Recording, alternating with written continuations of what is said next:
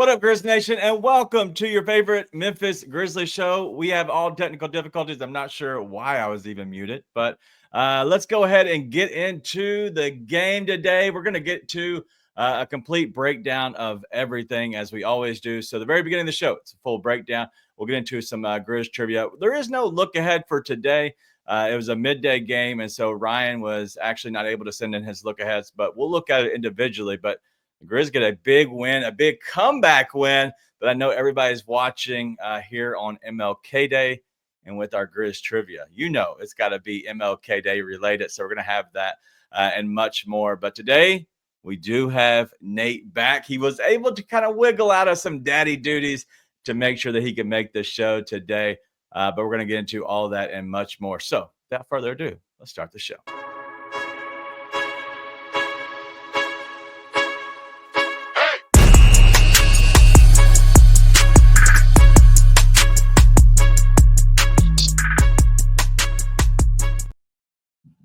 Yo, Nate, what up? What up? Oh, look who is on dad duty.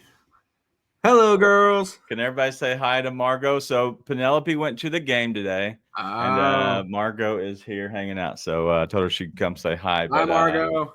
So everybody say hello to Margot in the chat. I'll show it to her later, but you can scram for now.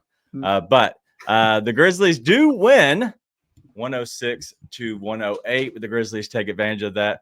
Listen, this has been off to a weird start so far within the show. Don't know what happened with all of that in the very beginning. But Nate, you're here. The chat is filling up. Thank you all for kind of hanging out with us. But your thoughts off the top rope. Listen, we're going to get into the good and the bad, but Austin, we're not doing that today. MLK Day is a special day. In Memphis, it's a special day for the Grizzlies. We're going to get to the bad. Trust me. There was plenty of it. I may have said a few choice words. I was alone at home during the game, so I probably let it fly a little bit more than I normally would. But we'll get into it to celebrate a good win. And as a matter of fact, we're opening up a special bottle to celebrate the win. What is that? A Primo bottle, High West Midwinter's Night Dram. Also, my wife likes to leave the window open when it's -5 outside, so could use a little pick-me-up to keep it going today. But listen, man, gritty win. You want to see those kinds of wins. There's concerns for sure, but they got the win, man. That's all that matters, especially on MLK Day, which is obviously such a good win to be able to get every year. Yeah. Shout out to our people overseas. Wayno hit the like for sure. He's working today. Art not able to stay a long time. I don't even know. I don't remember what time it is over there. I can't ever remember when he tells me, but who knows what time it is over there. It could be during the work day, but we have a lot to get into. I'm learning. I'm doing better, boys. Look. Now I got 2 sheets. All right. I printed off the first half sheet, so we're going to look at that because I know a lot of people, he still got a snow globe. A lot of people are talking about, the first half and second half, completely night and day. The Grizzlies got off to a hot start, completely fell behind there in the second quarter. And so I want to get into some of that discussion. We have some discussion we want to hit on with players. At least I do, and I assume you do, judging by our communication throughout the game. And then we'll kind of, finish out and talk through everything. So we'll break down the game completely. But if you have any suggestions or anything, feel free. Hit them in the chat. If you want to have a question, if you want us to make sure that we don't miss it, talk about it, do a super chat, whatever it doesn't matter about the price, whatever you want to pay, man. Just super chat it up if you'd like. And I promise you we will get to that as a top priority. So let's kind of get into the game. So 108-106, Nate. That first quarter started off amazing. Mm-hmm. And then what happened? Like, I don't get it. What happened? 11 subs in the first quarter happened. Listen, we are adamant non-haters on this show. Like, I got a little bit into Jake hate. We had some conversations with some people about it. But I'm not even a Jake hater anymore. Right? Like, listen, we'll probably talk a little bit about whether him or Gigi Jackson should be playing at some point. But not even a Jake hater. My brother in Christ. 11 subs in the first quarter. I am glad we don't say choice words on the show. Not a lot of kids are probably out of school today listening to the show. We won't say any of those things today. Brother, it drives me nuts to see our bench go in against their starters. Yeah. Especially when the starters are cooking. I mean, everything's clicking, everyone's playing well, Right. and then all of a sudden you decide to sub because you're getting too cute with it again. I remember at the beginning of the season we were talking about, okay, what's going to happen middle of the year? You're like, oh, he won't be playing 10, 11 guys. He played 12. And all of them, except for J-Hub, hit double-digit minutes tonight. I told you that was going to happen. And here we are. Now, listen, you can say the GG thing, like, okay, GG came back. That's going to throw a wrench in it. You ain't got to play 12 dudes, dude. And it's no excuse for subbing the guys. And at that point, now listen, if Santi Aldama isn't abject cheeks today, you probably won that game by double digits. Right? Like, I've been huge on Santi all year. I don't believe in Santi not showing up for big games. I think he's hit or miss in big games, but I think he hits sometimes too. But dude, he was terrible. He just kept shooting. It was so Dylan-esque watching him do it today. So that was brutal, and that's a guy who you need to show up right now. We'll talk about that later today as well. Got to make your free throws, but the coaching's got to help. You know, same thing. Players decide the games, but coach cannot get in the way. Yeah. And 11 subs in the first quarter when they had 4 subs. We played 11 guys by the time they got to 6. Can't happen. Yep.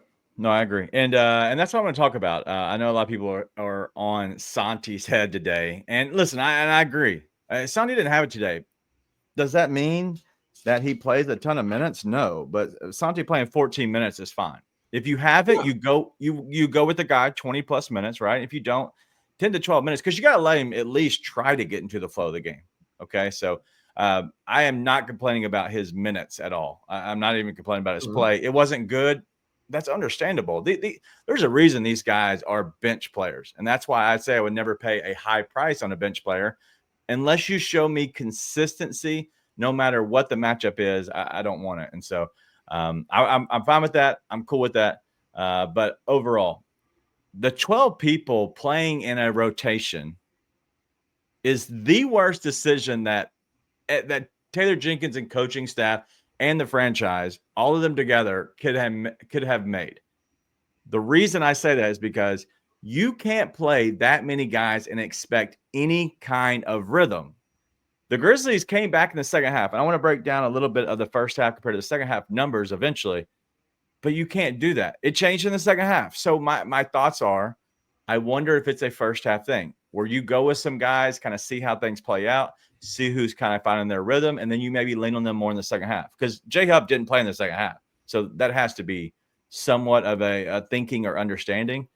But overall, I don't understand the 12 guys. Even if it's 11 guys, I've never liked 11 guys. You can't get people in rhythm. But what has to happen is there has to be hard conversations being made. And there has to be, hey, we're going to go away from you today unless somebody just doesn't have it. And then you take them out and you replace them with their minutes. And that's when you might see 2 guys with 8 minutes. And I'm okay with that if you go away from a guy, but you give another guy a second half chance. But overall, I can't do the 11, 12 guy man rotation. That sucks completely. Well, it's a little bit different if you just like you said, you're kind of like, guys don't have it. You're just trying to find it. I get that to an extent. And I was like 100% expecting the rotations to be a little bit weird today because G.G. Jackson's coming back. You're not going to throw him into the fire right from the get-go, right? You're not just going to throw him in and then like Jake's completely out. It was never going to happen.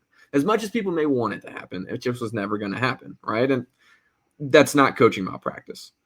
What drives me crazy is you can have guys doing really well. You have the chance to build a lead and then go kind of like test the waters with your bench, right? See what's going on, see where you go. Instead, you sub them out when they've got all the momentum in the world and the other team has all their starters in. Minus Gobert. I'm sorry. But Gobert barely counts because he's not very good at a lot of things. But, it can't happen. It just can't happen. And listen, we're glad they got the win today. Not trying to just completely crap on Taylor Jenkins or anything like that. But that's you put your team behind the 8 ball when it happens, and that's why today turned into such a drag because it flipped like that way too early. So don't want to drag on them, but it just can't keep happening, man. Yeah, definitely can't keep happening. And as I'm looking here, Brian is talking about, so we're criticizing the coaching even after wins now. Sure. I and you as well. This show will only criticize coaching when it should receive criticizing. It has nothing to do about wins and losses. I don't know if anybody's watched this show before. Okay. Hi, my name's Daniel, and I have a problem. I don't care about the regular season. I could care less about the regular season as long as they're good enough to make the playoffs. I care about what this team looks like going into the playoffs and how I think that they're best suited for the playoffs. So you're never going to get me like criticizing Taylor Jenkins unfairly. It will be very fairly about certain decisions. I don't blame wins or losses on coaches. And that's just me because I don't think you affect it that much outside of decisions here and there. Okay. But overall, the players play and the players play the game. And at that point, I think the players decide who's going to win, who's going to lose. So, I understand there might be some frustrations, and I don't want to be completely critical of Taylor Jenkins, especially after a win. But anytime, I'm going to be honest, like that's just how I am. That's who we are as a show. Well, we said right from the get-go, Santi just plays like not abject cheeks, and then you win that game by double digits, right? Like you miss a ton of free throws in the early going. You let a bunch of stuff happen that you as players should not let happen. Yeah. At the same time, coach needs to help, not hurt. That's how we preface the entire conversation, right? Yeah. So, but I'm with you. Again, good to see that team come back and win. Just kind of things that will bite you at the highest level of competition. No, and as Brian's saying, maybe the reason we came back in the fourth is because our guys are more rested than their guys. Because if you look at it, playing 30 minutes was Ja, and overall we have Anthony Edwards playing 37. That's an argument, and it's Sure. very valid. I don't know. I wouldn't agree that that's the reason. Personally, maybe the reason you have to come back in the fourth is because your guys are rested. And that's the other thing is, can you do that? Yeah. So anyway, and Dez did play a lot of minutes tonight. So. Correct. Yep. So I agree. Either way. But anyway, Josh Kelly, thank you for joining us. This is your first time ever. Thank you. Come hang out with us. We always have a good time here. So obviously you sound like you've listened and follow us, just not live, which is awesome that different people get to watch different times. But we are Grizz 901. I'm Daniel. That's Nate.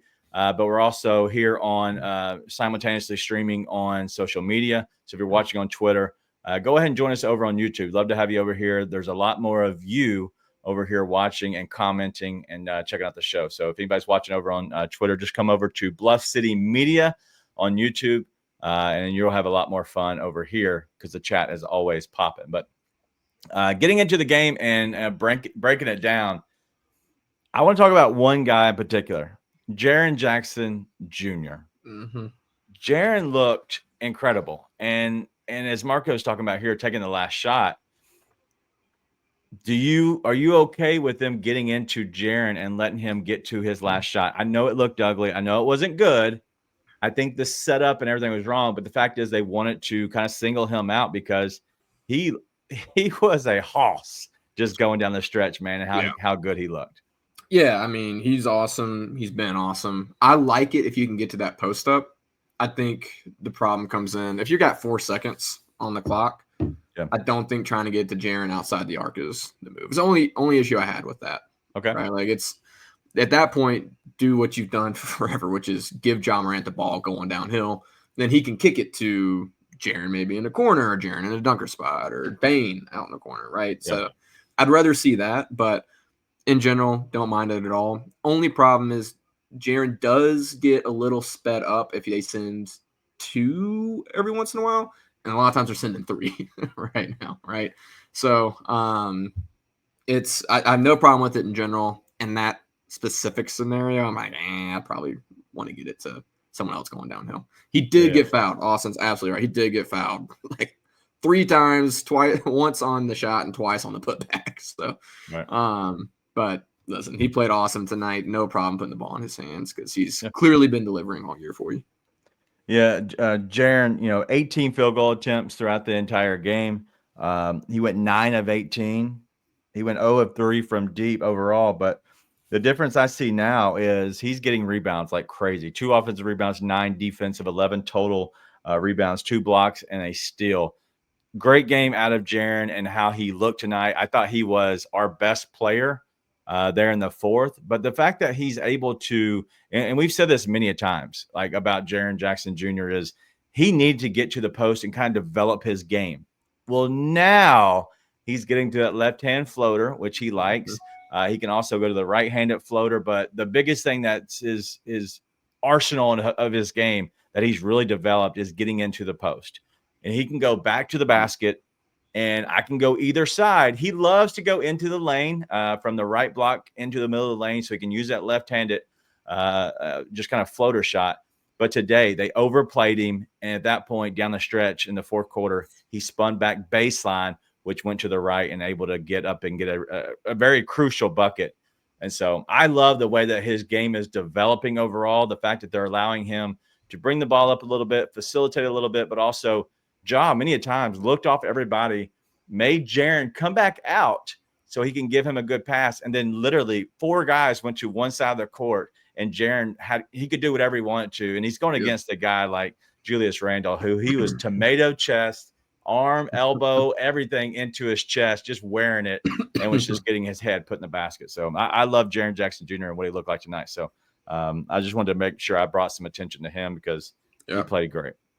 Yeah, man. He's awesome again. I mean, all the dude should be at least second team All NBA this year. It's been unbelievable all year long. Yep, no doubt. Let's keep going. I think there's plenty of guys to talk about. Go ahead. You lead the way. Really good way. Let's just talk about Jalen Wells for a minute. Okay. Dude has been just awesome. Just awesome. You know, and there's moments where the lights have been a little bit too bright, for sure. And I think we've all noticed that and seen that. But for a rookie, dude, I mean, Anthony Edwards shot 32, but you look at the end of the game, and he's just making him work for it. Yep. All the time. And he's also not getting any kind of whistle, right? Like, he's not getting a good whistle as a rookie guarding Anthony Edwards. You know, he's been unbelievable all night. It's not going to show up too much in the box score. Look, he had 13 points, which obviously is good. 2 for 6 from 3, 4 for 9 from the field, 2 rebounds, 1 assist. What doesn't show up is just the effort he's putting in and the effort he's making guys go to get their numbers. Right. And had to work for that 32 tonight while Wells was on him. So this continues to play really well and show up in a big way. So good to see. Still concerns about, playoff time and a rookie starting for you. But at the same time, he's been awesome. That's actually a pretty good comp. Good in the shooter. Listen, we'll show you up on the screen when you're not talking something crazy about Jaren. But that's why I laughed at who it was. So that's pretty good comp. Most of it. I'll say that just overall, Jalen Wells has grown up. He's still going to make stupid mistakes. He's still going to, and that's understandable. But the fact that, one, he's getting a comp like Shane Battier is crazy to me. But the fact that he's so much bigger than he looks on TV.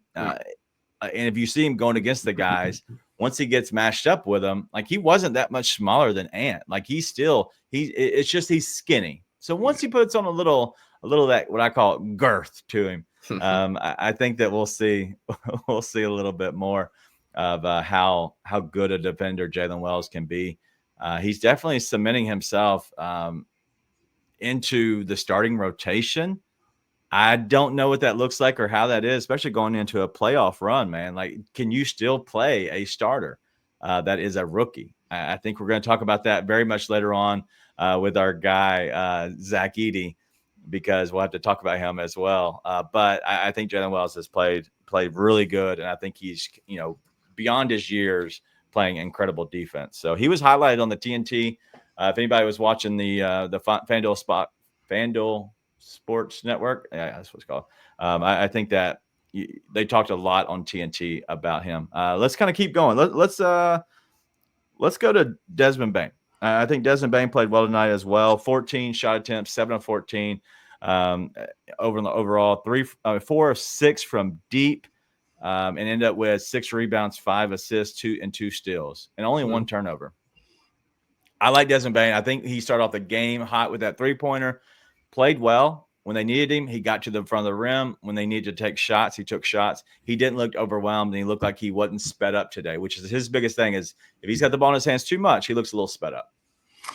Sometimes, but he looks less and less sped up. Yeah. And we talked about this when he was struggling a little bit earlier in the year. It's like it's just a matter of time before he found it. And he found it pretty quick after all that conversation. But I was actually a little surprised they went away from him late because he'd been cooking. I guess he had the one layup get blocked by Gobert. But he'd been doing a lot for them. He's not your closer, so to speak, right? That's pretty much Ja and Jaren. But when a guy's playing the way he was playing, I was pretty surprised that they went away from him late in the game. Because he'd been awesome. He played super well. I thought he played well defensively as well. I thought he made good decisions, which has been the number one gripe, I think, amongst Grizzlies fans. Definitely us with Desmond Bane is make the right decisions. Quit throwing the ball away, basically.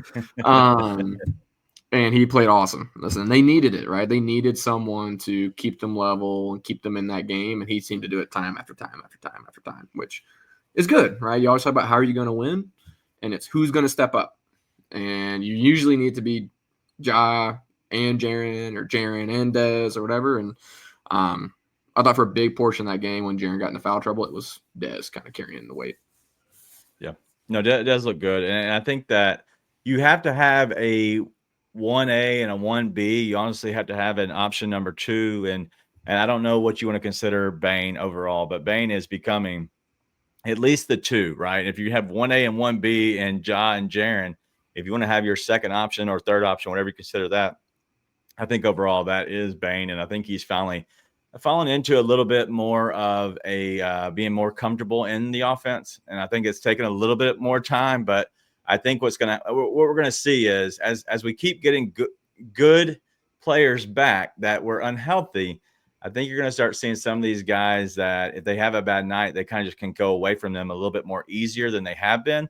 But you're also going to have more, and better players surrounding you, which should give you a little bit more spacing. If you see a GG out there and he's in rhythm and he's playing well, you have to defend him now as well, instead of having to worry about maybe a Jake LaRavia or a John Conchar or honestly Santi or anybody like that. Like, you don't have to worry about them as much. So now you have to think, okay, I have to play and pay attention to GG Jackson, because if not, he might put one down in my eye. If not, if I close too late or too over aggressive with my close, he's going to go right by me into the rim like he did today. So Bane looked good, but also it's going to create more spacing as these players get healthy. Yep. And let's use that. That's a great segue. Great transition opportunity, Daniel. That's what I do. Talk about Gigi. Yeah. Thought he looked good. I thought he looked terrible early, which is fine. I expected a bunch of shots early, but I didn't think he looked awful. A little bit slow on defense, right? You saw the defense break down, but like first game back into the rotation, third game back, I guess if you include the hustle games, but really your first game back, to be expected. I thought he looked good tonight. No, it's definitely expected, but it also can be terrible. Like, he didn't look good. He didn't shoot good. He was moving slow. He was trying to get back to the speed of the game, because I know people are, think that the G League is really good. G League is not good. Okay. That's why people can put up 50 burgers and it'd be okay. There's a clear separation between the G League and the NBA. It's completely night and day, the speed of the game. But I just think that, we're seeing GG he's going to get back. It's going to take some time to get, antiquated with, exactly how the speed of the game is and how it is. And it's going to take time and it's going to be fine. I think everybody give him a little bit of, fair criticism's fine, but also altogether, like the dude is going to take time to get back up to speed. But once he does, we're going to see a lot more of the, taking good shots. He'll hit those, which only helps him for his game. As we saw, I just talked about it with that dunk. That dunk's incredible, where you give a little bit and then everybody kind of, looks at like you're going to pass it or do something. And then you go right around and then just a slam. And there's nobody stopping him with his speed, but also his height and how he can get up. Probably a little crazy. I'm okay with that. So you're not getting in front of him. Yeah, but what Marco's saying, I think, is spot on, right? He's just dynamic, right? He can catch and shoot, but he gives you a true create your own shot element that none of the other guys on the bench seem to give you. Yeah. Right? I'm trying to think of anybody on the bench. Maybe Scottie Pippen kind of can create his own shot, but you wouldn't really consider him a shot creator, right? Maybe more of a facilitator that can get a bucket every once in a while. Gigi's a true like 3-level scorer. right, that can take you off the dribble, can do a lot. So, and I thought we saw that tonight. Right now, was he incredible? No, he was not incredible. But did we see what I think we want to see from him, other than obviously a little bit of more deep shot making? Yeah, really good to see that. And you saw that play out tonight on a couple of flashes. Now, was it fantastic? No. When I say he's a key contributor to the win, no. At the same time, is it good to see already in game one, coming back from the injury, the potential and the ability to contribute? Absolutely. Yep. No, absolutely. And I think that GG will be crazy good. Ja tonight. I think Ja looked better. And obviously he's still getting fouled more than he really should be getting fouled with not getting calls. I think Ja was good overall. Ja ended up finishing up with like right at 30 minutes. 5 of 16. He was fine. 0 for 4 on 3. He shot a lot of free throws. He still took 13 free throws, which is good. Crazy because he should have shot 10 more. Right. 4 rebounds, 7 assists, that's a steal, 2 turnovers. So as long as he's not getting a ton of turnover, I'm okay with that. But yeah, as Keith's saying here, Josh's first half mental game, it was rough. And that's why I don't give him like, hey, it was terrible. But it's just like I feel like he's still finding rhythm. And I still think he's finding rhythm within this offense because it does not suit our best player. This offense sucks. I'm just going to be honest. I don't love it. All it is pace and space. And then when everything breaks down, what is your offense? I don't love it. Anyway, but I don't think it fits our best player, which sucks to me. So thoughts on Ja? Yeah, I mean, I think Keith is spot on. I'd be a jerk to the refs too, if I'm being honest. Like, I mean, clearly dude is blackballed. You don't go from being like on every NBA commercial and every sponsorship possible to all of a sudden disappearing. Like, they don't put you on anything. Even like, I didn't even see an MLK advertisement with John Morant on it. Now, I don't watch much just regular TV, so maybe I missed it. But I didn't even see Ja on an MLK promotion. And he did have one of his Nike commercials shown, I think, a couple times throughout the show. Good. Anything from the NBA directly?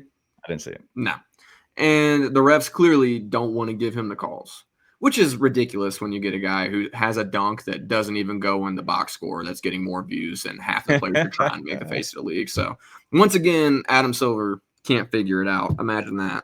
But he still needs to be able to keep it together. Listen, Adam Silver is just like bows to the foot of Draymond and LeBron, which is hilarious that people bow down to Draymond because he's Draymond. But anyways, you still got to be able to keep it together. Yeah. No, right. And you're not going to get back on the ref's good side by being that way, right? By getting in their face and stuff. So, not that I don't understand it, not that I wouldn't want to do it too. It's just at some point you got to figure out like, okay, how do I get back to getting these calls? How do I do that? So, but stuck with it, turn it around the second half. It's about all you can ask for. Yep. All right, let's talk about the guy who I want to talk about. And I'm about to come down. I'm going to come down a little harder on his head than I have been. But Zach Edey, man, not Brandon Clark. Not Brandon Clark. Zach Edey.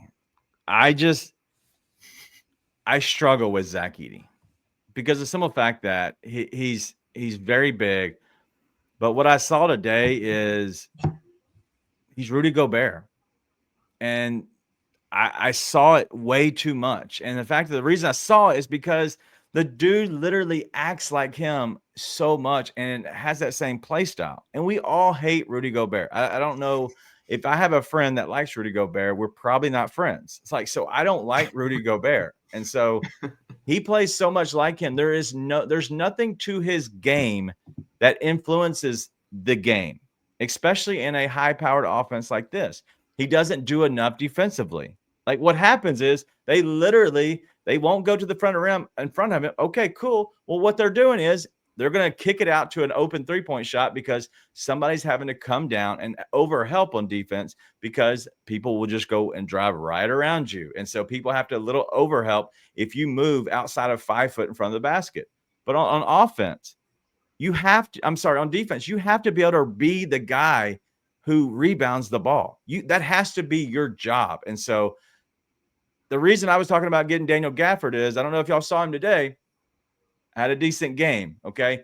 I like a player that can move a little bit more than him, but in all honesty, I don't see the effort from him and really his development in rebounding the basketball. And that's really what this team needs. If he's not going to rebound the basketball, just give me Brandon Clark. At least I know he can guard more than one type of a player.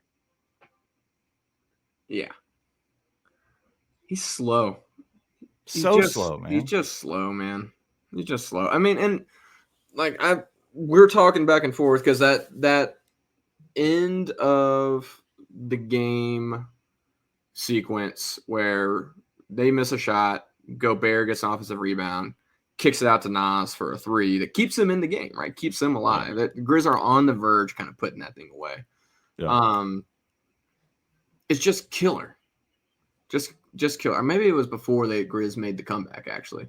But either way, killer to happen. And you and I both were talking like Gobert was surprised he had a chance to get the rebound. Yeah. Right? Because Edie just somehow didn't get out there. Right. And for all the people who are mad about him not getting touches, I really encourage you to watch the game closely because they try and get him the ball and he doesn't catch it. And listen, I am not out on Edie. I still think Edie can be a true NBA center because he's big. He develops super fast. He's already developed a ton this year. I'm not out on Zach Edey. But if you watch the games, man, he just doesn't catch the ball. Whether it's rebounding, whether it is a dish under the basket. I mean, guys, the same. I know a lot of people here that are Edey defenders weren't here previously. You're not actually Grizz fans, you're Edey fans, so I get it. But we were complaining about Bismack Biyombo, and Biyombo could absolutely. Edey would get 15 rebounds a game. Yeah, with Biyombo's hands. And it's not because he has bad motor skills or anything like that. That's why I'm not out on it. He's slow to get it. Right, that ball comes in low. He's slow to go down and grab it. That ball comes off the rim. Everyone around him is just quicker than him. God damn. I'm not doing that. I can't do that. And then we got our guy Greer here. Listen, Greer, I know you're here. I know you've been snitch tagging me and stuff, trying to get people to hate on me. It's okay. You're still welcome here. That's exactly what I was just saying. I mean, you can be slow twitch and not catch the ball, right? Being able to stride with the guy on NBA court, which, by the way, I don't know if you know, it's like Ja Morant's one of the only people who ever runs full speed on a basketball court. But beside the point, it doesn't matter if someone's trying to throw you the ball. It's not about speed. It's about quickness and agility, which if you played sports, you know there's a difference. And he doesn't have the agility. He doesn't have the quickness to catch the ball and to get those rebounds. Yeah. Listen, I'm really trying hard not to just trash the dude because you give up rebounds like that cannot happen. When you have position, he's 7'14". Like it cannot happen, right? I'm not trying to trash the dude. I'm not trying to be a hater. He cannot get the ball. And he also he's just not ready. He's not ready. He brings the ball down when he gets the ball high, right? He brings it down low to try and make a dribble, and he gets stripped from him all the time, or he gets fouled, right? He just isn't quick enough to be able to get boards like he needs to, and to catch, honestly, drop-offs like he needs to. Yeah. And he's just a step behind, man. It's okay. It's okay to be a rookie center who's a step behind, who's not been playing basketball for very long, especially as fast as he's developed this year. Yeah. But we're all kidding ourselves if we think that Edey can contribute to winning at a high level. Yeah. He cannot play the five for you this year winning at a high level. I'm sorry. Yep. And that's what I'll piggyback on that a little bit of I didn't love the pick when they made it. I didn't think he was the right fit for this team just because of the style. Listen, if you want to go back 20 years and throw in Edey, by all means, dude. And I know one guy was talking about getting the ball to him down in the post, getting more touches. The problem is he's not a good screen. He is a good screen setter. He hasn't shown to be a great screen setter in the NBA league. The Grizzlies offense do not run pick and rolls. And that's why I said, it's like, if this is a pick and roll type offense and you want to kind of just show him out more, I'm okay with that. And if that's your argument, they don't pass him the ball because he's not running pick and rolls, then I get it. But my God, that's just not their offense. Even though I'm against it, like I just don't understand why they don't do that type of offense. Oh, hold on. I got to throw a couple of things in here.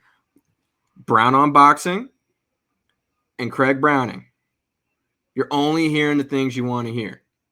Yeah. We just talked about how he's a rookie and he can adjust. Correct. So get your panties out of a wad because we just said that. But the whole point is, and me and Daniel, for anyone who's an actual Grizz fan who's been here for a while and didn't just hop on board the Edey train. Yeah. We said before the draft ever happened, before anything ever happened, we didn't like going into the year with a rookie center. No. Because it's so hard to contribute and to adjust as a big to that game because you got to be able to defend the perimeter, switch on pick and rolls, get rebound positioning against elite centers who've been here for forever. All things which is completely unrealistic to expect Edey to be able to do well this year. Yeah. That is the point. But for everyone that comes in here and gets butthurt about the Edey stuff, I'm so tired of you guys. Yeah. Like, don't get butthurt about Edey stuff. He's a rookie. It's okay to not be ready. It's also okay to say we're ready to win now, and he's not ready to do it. Yeah. I actually like Goon has another possibly good player comp. He does remind me of Zubac, but Zubac is quicker and knows how to get in position. He has the technique down and the veteran know-how. But as a rookie, he was talking about as a rookie version. Zubac was not that good either. Right. So listen, I'm not disagreeing. And let me just, I guess, explain that way we're all clear. I think Zach Edey is a decent rookie, okay? But let me also say Zach Edey is not a starting center in this league right now, okay? Both can be true, and that's what I want to say.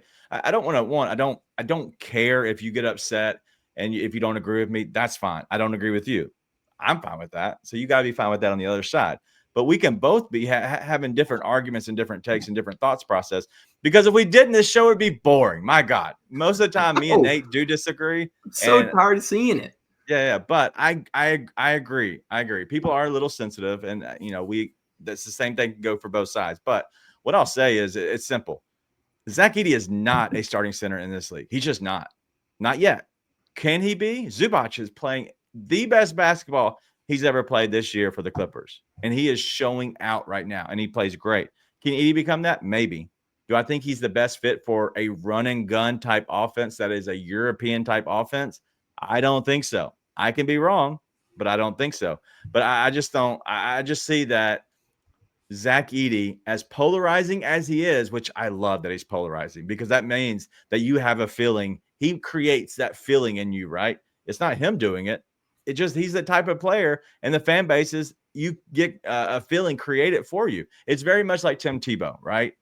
People either loved him or hated him, and that was great. That's great for any kind of content. But just overall, I think Zach Edey needs to be coming off the bench. You bring Zach Edey off the bench because you have a true starting center. Now we're cooking, and so at that point, that's why I wanted to go get somebody like a Daniel Gafford. Then you can bring Zach Edey off the bench.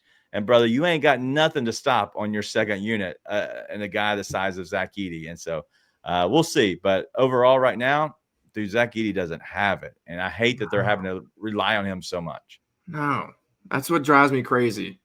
It drives me crazy when I see people, and it's not just here, right? It's on Twitter. It's wherever you want to go saying like, oh, my gosh, like Edey, like give him more touches. He needs to be able to get the ball down. It's like, no, he doesn't. Yeah. No, he doesn't.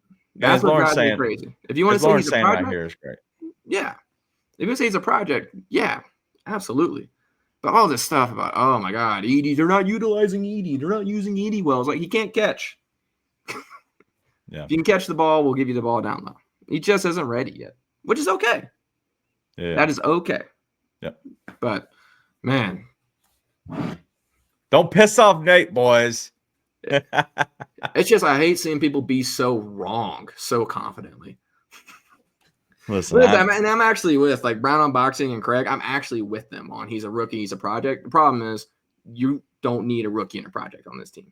He's mad at Greer, guys. He's mad at Greer, and that's not me. I'm actually not mad at Greer. I'm a little worried about Greer, to be honest. Says back twice this week.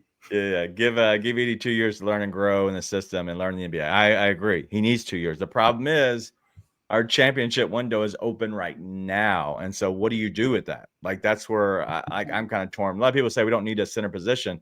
Jay Huff could not play tonight or today. Like, he was just not good. And that's going to happen. There's going to be games where it's a Jay Huff type game.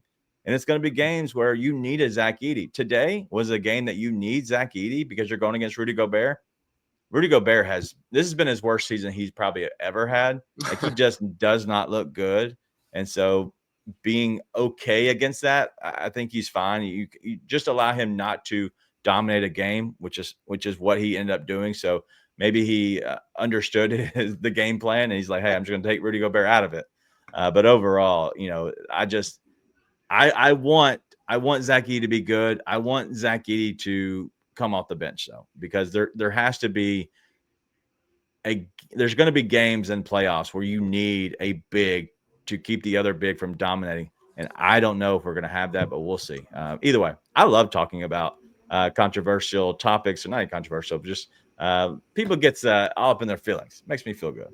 Yeah, like I said, it drives me crazy to see people be so wrong so confidently a lot of the time. But like me, I get it.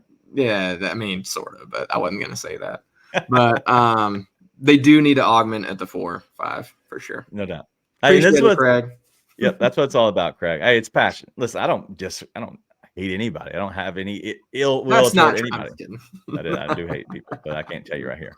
But I love that we can come at each other with good conversation, but nobody take offense to it. We want the Grizzlies to be good. Okay. Everybody raise your hand if you want the Grizzlies to be good. All right. Thank you. All right. Everybody wants the Grizzlies to be good.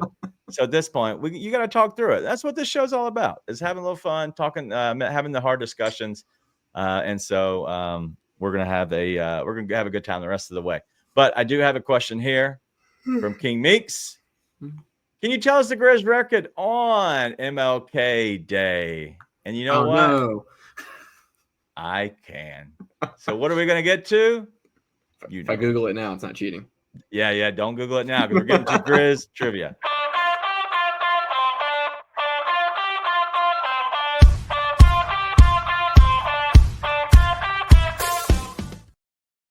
All right, Nate, this is Grizz Trivia, where we give you a little bit, and shout out to you, King Meeks, for being right into my thought process. But we have the question here. The Grizzlies, they entered today with the lowest win percentage on MLK Day games. So I need a minimum of 16 games played. I wanted to throw that in there so it wasn't just one team lost a game, right? So the Grizzlies, they have played now 25 games on MLK Day. What's their record, Nate? 13-12. I've got no idea. Not even a close idea. I'm curious what the chat thinks. Do I need to be more positive or more negative? I think you need to go negative, because they entered as the worst win percentage. 8-17. You're very, very close. And that I will say that they are not the worst anymore. And so 9-16. Some people already have it right. They are 10-15. That's what I meant. 10-15 on MLK Day, which is they won the last 2 years. I do know that, because I had to go back and verify, the way the stats were breaking down. But they were, what was it? I guess it was 8-15 is what their record was. And so they've won the last 2 years, which has got them up to 10-15. They were by far one of the worst. With by far and away one the other than one of the worst records overall. So they just don't play well on MLK Day. No, they didn't in the past. I feel like a bunch of those wins have come in recent years, though. I feel like that's picked up recently. I'm curious if it's the last 3 years that they've won, but I know the last 2 years they've won. So I'm curious how they've looked. But it was hard to find that information, because there's not a date, right? The day moves. And so you couldn't just locate a date. And so I was trying to move around. But anyway, they were entering to the game 9-15. So now they're 10-15 with 25 games played. But do you know, this is a little bonus just for King Meeks, just because I'm feeling good. Do you know who's played the most MLK Day games? It's shocking. I had no idea. Didn't put the two together. I have no idea, honestly. Anybody want to take a stab at it in the chat? because they're obviously playing today. So I'm curious if anybody has Charlotte? any. Charlotte is not. They're I would say they've already finished up. Number 2, King Meeks, the Hawks. Dallas? Nope. Pistons? Nope. Nobody's got it right. Rockets? Nope. Got no idea. I don't even know who else played today. I'm trying to guess teams I know have played today. The New York Knicks were the best. I guess that kind of makes sense. I didn't even think about that. Yep. So anyway, I didn't even think about that. yep. So that's the only team that has played. They played the most games. And I believe that there was 38 or 39. This might be their 40th game this year. And so I think that they've only not played on 1 year of MLK Day games because there weren't MLK Day games that year. And so I think it was 1999 was the only year they haven't had MLK Day games. And so for whatever reason, I can't remember exactly why, but that's the only day they did not, or only time of the year they did. So Howard, here we go. A little super chat. So let's go ahead and get this one real quick. So Titan MVP's got a question. Big Jaw fan. However, when he thinks he's fouled and there is no call, he gives up on the play and upsets me like crazy. I agree with that. Nate, what are your thoughts on that? Yeah, I think we sort of hit on this a little bit earlier. It's